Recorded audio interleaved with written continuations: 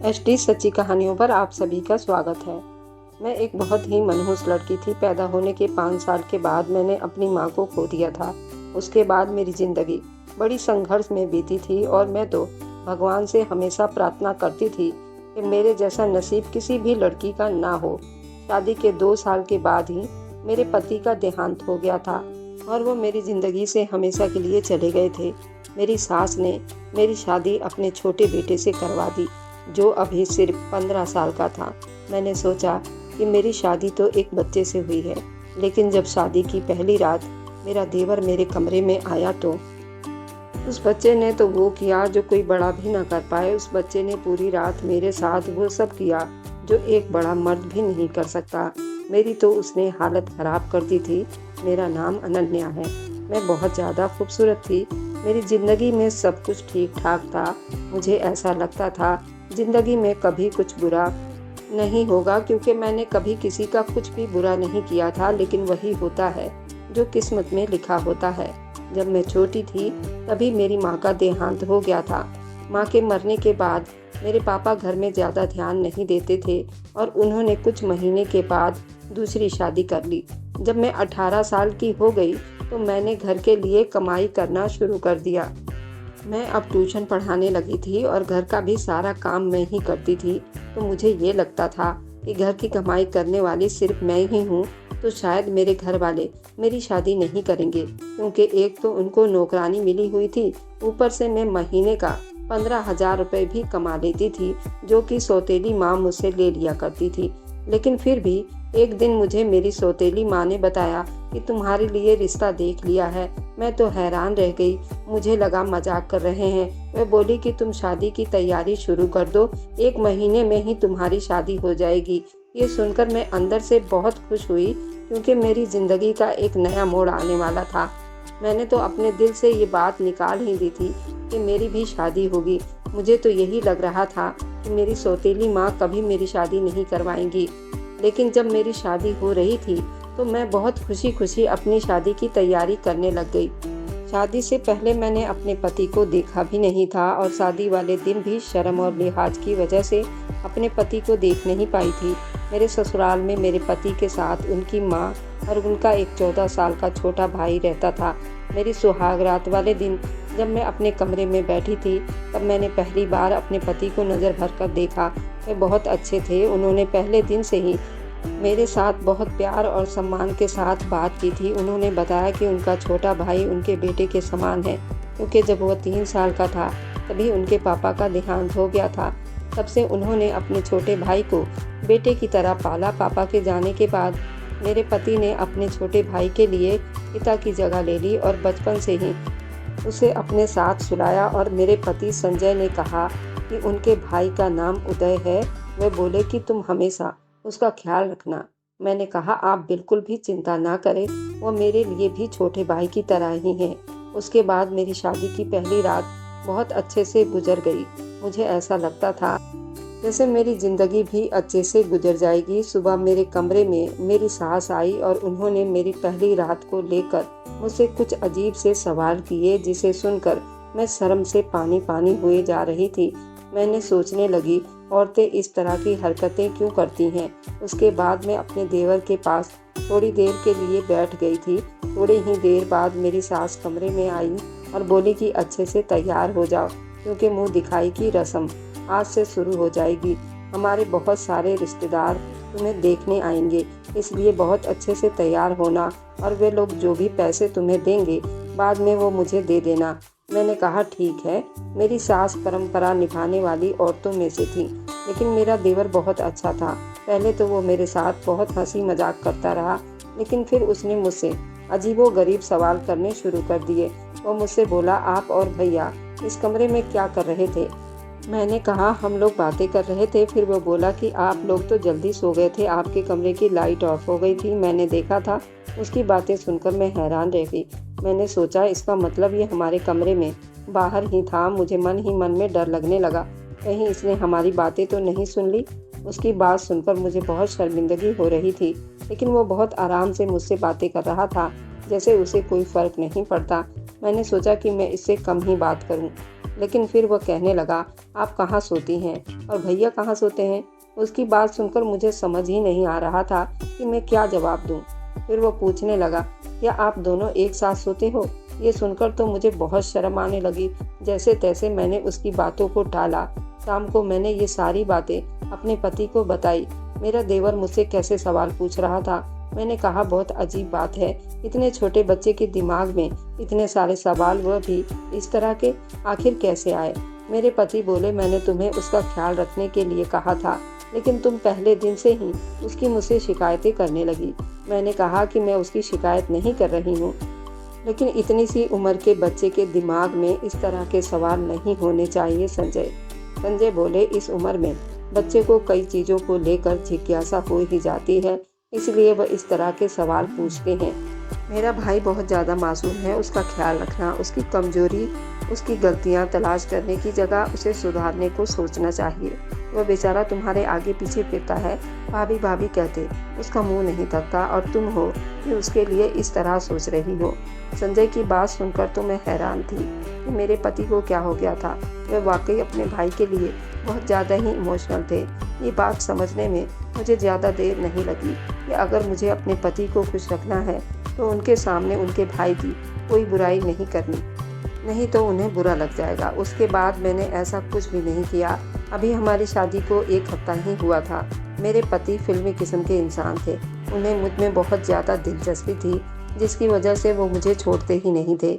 एक दिन तो सुबह से ही मेरी सास मुझे आवाज़ दे रही थी, लेकिन मेरे पति मुझे अपने पास से उठने भी नहीं दे रहे थे। वे कह रहे थे, मुझसे अच्छी अच्छी बातें करो, मेरी आंखों में देखो। तुमने क्या कभी फिल्म नहीं देखी? जैसे फिल्मों में हीरो हीरोइन एक दूसरे के साथ बैठकर बातें करते हैं, वैसे ही मेरे पास बैठी रहो। मैंने कहा, आपकी माँ मुझे बुला रही हैं, कोई काम होगा, क्योंकि सुबह हुए बहुत वक्त हो चुका था। लेकिन मेरे पति मुझे छोड़ भी नहीं रहे थे, और फिर वही हुआ जिसका डर था। मुझे मेरी सास से डांट पड़ी। मेरी सास मुझसे कहने लगी, तुमने तो आते ही मेरे बेटे को अपनी उंगलियां पर नचाना शुरू कर दिया है, तुम्हारे अलावा उसे अब कोई दिखाई नहीं देता। मैंने कहा, ऐसा कुछ भी नहीं है, अब वह खुद ही मेरे दीवाने हैं, तो मैं क्या कर सकती हूँ। मेरे पति ने मुझसे कहा था कि मेरी माँ का हमेशा ख्याल रखना, उनको खुश रखना, इसलिए मैं घर के सारे काम अच्छी तरह से करती थी, कभी कुछ भी नहीं बोलती थी, अपनी सास को कोई जवाब भी नहीं देती थी। अगर जवाब देती तो बहुत तरीके से, जिस पर वह गुस्सा नहीं होती। सब कुछ सही चल रहा था। अभी मेरी शादी को 2 साल भी पूरा नहीं हुआ था जब मुझे एक बुरी खबर मिली कि मेरे पति इस दुनिया से चले गए। हम लोग बहुत ज़्यादा परेशान हो गए और सोचने लगे कि काश ये खबर झूठी हो। लेकिन जब लाश को घर लाया गया तो हमारे होश उड़कर रह गए थे, और मेरी सास और देवर, हम सब बुरी तरह से रो रहे थे। मेरा पति दुनिया से जा चुका था। ये दुख मेरे लिए बहुत बड़ा था। मेरी हालत रो रो कर बहुत खराब थी। मेरी सास मुझसे कहने लगी, तूने मेरे बेटे को खा लिया, तेरे कदम ही मनहूस है, तेरी वजह से इस घर का वारिस चला गया, मेरा बेटा चला गया, सब कुछ बर्बाद हो गया, सब कुछ खत्म हो गया है, तूने किया है ये सब। 2 महीने मैंने ताने सुनकर ही गुजारे थे, लेकिन उसके बाद ये वक्त भी खत्म हो गया। तो मैंने सोचा, मेरे लिए अब यहाँ रखा क्या है, तो मैं अपनों के पास चली जाऊंगी। वैसे भी अब मेरी जिंदगी में खुश रहने के लिए रह ही क्या गया था। मेरे अपनों में सिर्फ पापा ही थे, बाकी तो मेरी माँ भी सौतेली ही थी। जब मेरी सौतेली माँ और मेरे पापा मुझे वापस लेने के लिए आए तो मेरी सास ने एक ऐसी बात कर दी जिसे सुनकर सब हैरान रह गए। मेरी सास का कहना था कि मैं इसे वापस नहीं भेज सकती, ये मेरे बेटे की विधवा है। मेरे पापा ने कहा, आपका बेटा तो अब इस दुनिया में नहीं रहा, तो इसका यहाँ पर क्या काम। लेकिन मेरी सास का कहना था, इसकी वजह से तो मेरा बेटा गया है, और मेरे घर में अब कोई कमाने वाला भी नहीं है। मेरा अब एक ही बेटा बचा है जो अभी स्कूल में पढ़ता है। फिर क्या हम भूखे मरेंगे? ये मेरे बेटे की जगह कमाई करेगी और हमारा घर का घर चलाएगी। मेरे पापा और मम्मी ने कहा कि ये आप बहुत गलत कर रही हैं, मेरी बेटी के साथ ऐसा मत करिए। लेकिन मेरी सास ने ठान लिया था। फिर मेरे पापा और सास के बीच काफ़ी बहस हुई, कभी बात इस तरफ जाती तो कभी उस तरफ। फिर जब मुझसे पूछा गया तो जाहिर सी बात है कि मैं अपने घर वापस जाना चाहती थी। मेरा भी इस घर में दम घुटता था, पर मेरी सास ने ये कहा कि ये यहाँ से नहीं जाएगी। मेरी सास ने अपने कुछ रिश्तेदारों को भी बुला लिया जो बुरी तरह से लड़ाई करने के लिए तैयार बैठे थे। फिर नतीजा ये निकला कि मेरी शादी दोबारा कर दी जाए। तो फिर मैं इस घर में रह सकती हूँ, लेकिन इस घर में एक ही मर्द था। उसके साथ मेरी शादी करने की बात होने लगी। सब ने कहा कि छोटा है तो क्या हुआ, लड़की कौन सी बहुत बड़ी है, इस तरह ये इस घर में रह जाएगी, इसी घर में फिर से बहू बन जाएगी। मैं ये सब कुछ नहीं चाहती थी, लेकिन मेरी सास ने मेरे पापा को इस शादी के लिए तैयार कर लिया। मेरी सौतेली माँ ने कहा, अच्छी बात है, अगर हम इसको अपने घर ले जाएंगे तो इससे हमारा क्या फ़ायदा है, क्योंकि दोबारा इसकी शादी करने के लिए कौन रिश्ते की तलाश करेगा। एक विधवा के लिए रिश्ता कैसे मिलेगा। आजकल तो कुंवारी लड़कियों को भी रिश्ता नहीं मिलता है, इसलिए इसको यहीं रहने देते हैं। समाज वाले भी बातें करेंगे। एक विधवा अगर फिर से सुहागन बन रही है तो इस ऑफर को ठुकराकर हम उसे अपने साथ हमारे घर क्यों लेकर जाएंगे। वहाँ पर भी तो ये विधवा ही कहलाएगी। मेरी सौतेली माँ ने अजीबोगरीब बातें करके मेरे पापा को मना लिया और वह मुझे यहीं पर छोड़कर चले गए। कुछ दिनों के बाद मेरी शादी मेरे देवर के साथ करवा दी गई, जिसको मेरा पति अपना बेटा कहता था और जिसको मैं बच्चे की तरह समझती थी। इतना तो मैं अपने पति की मौत पर भी ना रोई थी जितना इस बात पर रोई थी और चीखी थी, चिल्लाई थी, लेकिन किसी ने मेरी बात ना सुनी। मेरी सास ने ज़बरदस्ती मेरी शादी करवा दी। उसके बाद मैंने जिद की, मुझे अपने देवर के साथ कमरे में नहीं जाना, लेकिन मेरी सास पीछे पड़ी थी। उसने कहा, आज सुहाग रात की रात है, अगर तू कमरे में नहीं गई तो फिर से कुछ हो जाएगा। और क्या तू मेरे दूसरे बेटे को भी मारना चाहती है। लेकिन फिर भी मैं नहीं गई। अगले दिन मेरी सास ने मुझसे कहा, मुझे नौकरी करनी होगी। उसने मोहल्ले के ढेर सारे बच्चे इकट्ठे कर लिए। अब मैं रोज़ 40 से 50 बच्चों को पढ़ाती थी। मेरा दिमाग बहुत ज़्यादा ख़राब हो जाता था। मैं बहुत ज़्यादा थक जाती थी, क्योंकि पढ़ाने के साथ मुझे घर का सारा काम भी करना पड़ता था। एक हफ्ता इसी तरह बीत गया। मैं अपने देवर के कमरे में जाने से घबराती थी। मुझे लगा वह बच्चा है, मेरा उसके साथ रिश्ता ज़बरदस्ती करवा दिया है, लेकिन अब वह अपने कमरे में रहे और मैं अपने कमरे में उसके कमरे में जाकर करना ही क्या था। लेकिन मेरी सास मेरे पीछे पड़ी थी। कुछ दिन तो इसी तरह बीत गए, लेकिन एक दिन मैं ये देखकर हैरान रह गई कि मेरा देवर खुद ये कह रहा था कि मेरी पत्नी को मेरे कमरे में भेजो। लेकिन मुझे पता था वह बच्चा है, उसे इन सारी बातों का पता नहीं, इसलिए वह कह रहा होगा, उसके लिए ये सब नया है, इसलिए वह खुश हो रहा है। एक तो उसकी शादी हो गई, वह भी इतनी जल्दी। लेकिन फिर मैं सोचने लगी कि उसके दिमाग में ऐसी बातें तो मेरी शादी के पहले दिन से ही थी। मैं समझ गई कि उसे इस तरह की चीज़ों का शौक है, लेकिन उसे ये नहीं पता था कि पत्नी क्या होती है। मेरी ज़िंदगी बर्बाद हो गई थी। मेरी ज़िंदगी में अब कुछ भी नहीं था। मैंने एक दिन सोच लिया कि मैं इस घर से भाग जाऊंगी। ये कोई इतना ज़्यादा मुश्किल नहीं था। लेकिन मेरे देवर को पता चल गया। उसने कहा, फिक्र ना करें, मैं आपकी मदद करूंगा, जो भी आप कहेंगी मैं करूंगा, आपको कोई दिक्कत नहीं होगी, मैं आपका ख्याल रखूंगा। वह बातें इस तरह कर रहा था जैसे कि मैं सुनना चाहती थी। मैं बुरी तरह रोने लगी। मैं भी घर से भागना नहीं चाहती थी। आखिर भाग कर कहाँ जाती। एक बार भाग जाती तो मुझ पर ठप्पा लग जाता, ये घर से भाग गई है। मैं एक इज्जतदार बाप की बेटी थी। मैंने सारी ज़िंदगी इज्जत से गुजारी थी। मैं अपने बाप का नाम कैसे बदनाम कर सकती थी। मैं बुरी तरह से रोने लगी और अपने पति के साथ वापस आ गई। लेकिन मुझे ऐसा पति नहीं चाहिए था। मेरा दिल नहीं कर रहा था उसे पति कहने का। सुबह इस बात की खबर मेरी सास को भी हो गई, लेकिन मेरे देवर ने सब कुछ संभाल लिया, वरना मुझे बहुत डांट पड़ती। मैं ऐसा नहीं चाहती थी। उसके बाद मेरी सास ने शोर करना शुरू कर दिया। उसने कहा, आज तो तुम मेरे बेटे के कमरे में जाओगी। तुमने तमाशा बना रखा है। तुम उसकी पत्नी हो।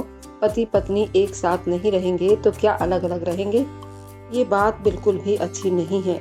उसी शाम मेरी सास ने मुझे ज़बरदस्ती फिर से दुल्हन बनाकर कमरे में भेज दिया। एक पल को मैंने सोचा कि मैं अंदर से कमरे का ताला लगा लूं, लेकिन मैंने ऐसा नहीं कर पाई, क्योंकि मेरे सास ने पहले से ही दरवाज़ा खोल दिया था।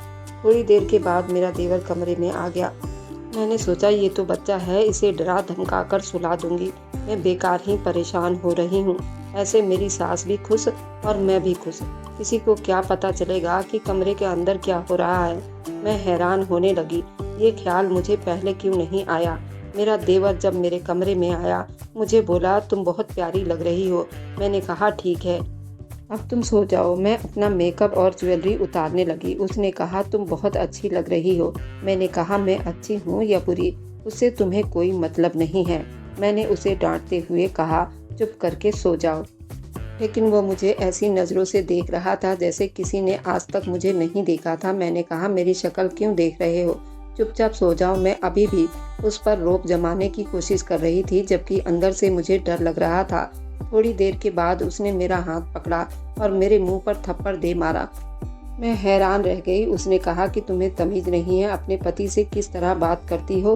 तुम मुझ पर चिल्ला रही हो, बेवकूफ़ औरत।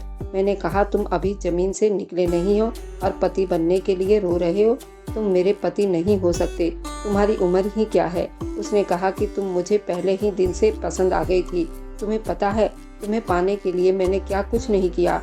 अपने बाप जैसे भाई को मारना पड़ा क्योंकि मैं तुम्हें पाना चाहता था। ये सुनकर मेरी रूह तक कांप गई थी। इसका मतलब मेरे पति को मारा गया था। उसने कहा, मैंने भाई की गाड़ी की ब्रेक फेल कर दिए थे, जिसकी वजह से उनका एक्सीडेंट हो गया था और सब ने यही समझा कि उसके साथ हादसा हुआ है। मेरे पैरों तले से ज़मीन खिसक गई थी।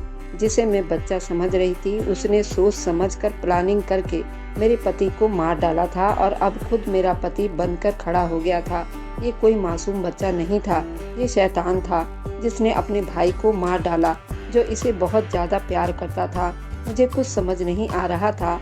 मैं वहाँ से भाग जाना चाहती थी, चीखना चिल्लाना चाहती थी, लेकिन उससे पहले कि मैं कुछ और करती, उसने मेरा हाथ पकड़कर मुझे अपनी तरफ खींच लिया और मेरे साथ अपनी इच्छा पूरी करने की कोशिश करने लगा। लेकिन अब तो मुझे उसकी शक्ल से भी नफरत हो गई थी। मैंने उसे जोरदार धक्का दिया और कमरे से बाहर निकल आई और चीखने चिल्लाने लगी। मैंने सारी हकीकत चिल्ला चिल्ला कर सबको बताई, लेकिन किसी ने भी मेरी बात पर यकीन नहीं किया। मेरे देवर ने भी सबके सामने मुझे झूठा कहा। वह कहने लगा कि मैं उसे अपना पति नहीं मानती हूँ, इसलिए मैं उस पर इल्ज़ाम लगाना चाह रही हूँ। मेरे पास अब कोई और रास्ता भी नहीं बचा था, इसलिए मैंने खुदकुशी करने की कोशिश की, लेकिन इन लोगों ने मुझे वह भी नहीं करने दी। लेकिन मैंने सोच लिया था कि मैं अपने पति के हत्यारे को हर हाल में सज़ा दिलवा कर रहूँगी। कुछ ही दिनों के बाद मुझे पता चला कि मैं पेट से हूँ। अब मैं अपने बच्चे के लिए जीना चाहती थी। मैंने चुपचाप अपने देवर के खिलाफ सबूत इकट्ठे करने शुरू कर दिए और जब पर्याप्त सबूत मैंने इकट्ठे कर लिए तो उन सबको मैंने पुलिस के हवाले कर दिया। पुलिस मेरे देवर को गिरफ्तार करके ले गई और कुछ महीनों के बाद मेरे देवर का जुर्म साबित हो गया और उसे जेल हो गई। ये हादसा मेरी सास बर्दाश्त नहीं कर पाई और उनका देहांत हो गया। मैं अपने बेटे के साथ रहती हूँ और बच्चों को ट्यूशन पढ़ाकर अपनी ज़िंदगी का गुजारा कर रही हूँ। मैंने अपनी ज़िंदगी की ऐसी कल्पना तो कभी भी नहीं की थी। मैं अपने पहले पति को आज भी बहुत याद करती हूँ। काश आज वे जिंदा होते। वहाँ पर मैं एक 12वीं क्लास के बच्चे को पढ़ाया करती थी, क्योंकि मेरे पढ़ाने की वजह से उसने 10th और 12th फर्स्ट डिवीज़न से पास किया था। उस बच्चे का पिता मुझसे मिलने आया था और वह मेरे पड़ोस में ही रहा करता था और मेरे हालात से अच्छी तरह से वाकिफ़ था। उन्होंने मुझे पैगाम भिजवाया कि मैं उनसे आकर मिलूं। जब मैं उनके घर गई तो मेरा वेलकम उन्होंने बहुत अच्छे तरीके से किया था। वो मेरे हर सिचुएशन को अच्छे से जानते थे। उन्होंने मेरे देवर को पकड़वाने में मेरी बहुत मदद की थी और मुझे उन्होंने ही सलाह दी थी। उन्होंने मुझे बताया था कि तुम ऐसे सबूत इकट्ठा कर सकती हो और मैंने ऐसे ही किया। आखिरकार मैं केस जीत गई थी। वह एक वकील थे। उन्होंने मुझे प्रपोज कर दिया। उन्होंने कहा कि मैं तुमसे शादी करना चाहता हूँ, क्योंकि वकील साहब की पत्नी का भी देहांत काफ़ी साल पहले हो चुके थे और उनके बेटे को भी पढ़ाया करती थी। उन्होंने कहा कि तुमसे अच्छा जीवन साथी मुझे कोई नहीं मिल सकता। उन्होंने कहा कि मेरा बेटा भी तुम्हें बहुत अच्छी तरह से जानता है और तुम्हें पसंद भी करता है। वह तुम्हें माँ के रूप में स्वीकार कर लेगा। अब आप लोग बताइए कि क्या मुझे वकील साहब से शादी कर लेना चाहिए, क्योंकि मुझे अब शादी के नाम से नफरत हो गई है और मैं अपने पहले पति से बहुत प्यार करती थी। उन्हीं के नाम पर सारा जीवन बिताना चाहती हूँ और मेरा एक बेटा भी है। क्योंकि वकील साहब ने मेरा बहुत साथ दिया था और मैं ये फैसला नहीं कर पा रही हूँ कि मैं शादी करूँ या नहीं करूँ, तो मैं आप लोगों से निवेदन करती हूँ कि मुझे सही राय दीजिए और मुझे बताइए कि क्या मुझे वकील साहब से शादी कर लेना चाहिए या नहीं। अगर आपको आज की कहानी पसंद आई है तो वीडियो को ज़रूर लाइक कीजिएगा और अपने दोस्तों के साथ शेयर भी कीजिएगा। और हाँ, अगर आपने अभी तक हमारे चैनल को सब्सक्राइब नहीं किया है तो ज़रूर सब्सक्राइब कर लें। मिलते हैं हम अपनी कल की एक नई दिलचस्प कहानी के साथ। मुझ पर सदा अपना प्यार और स्नेह बनाए रखें। सभी को मेरा प्यार भरा नमस्कार दोस्तों।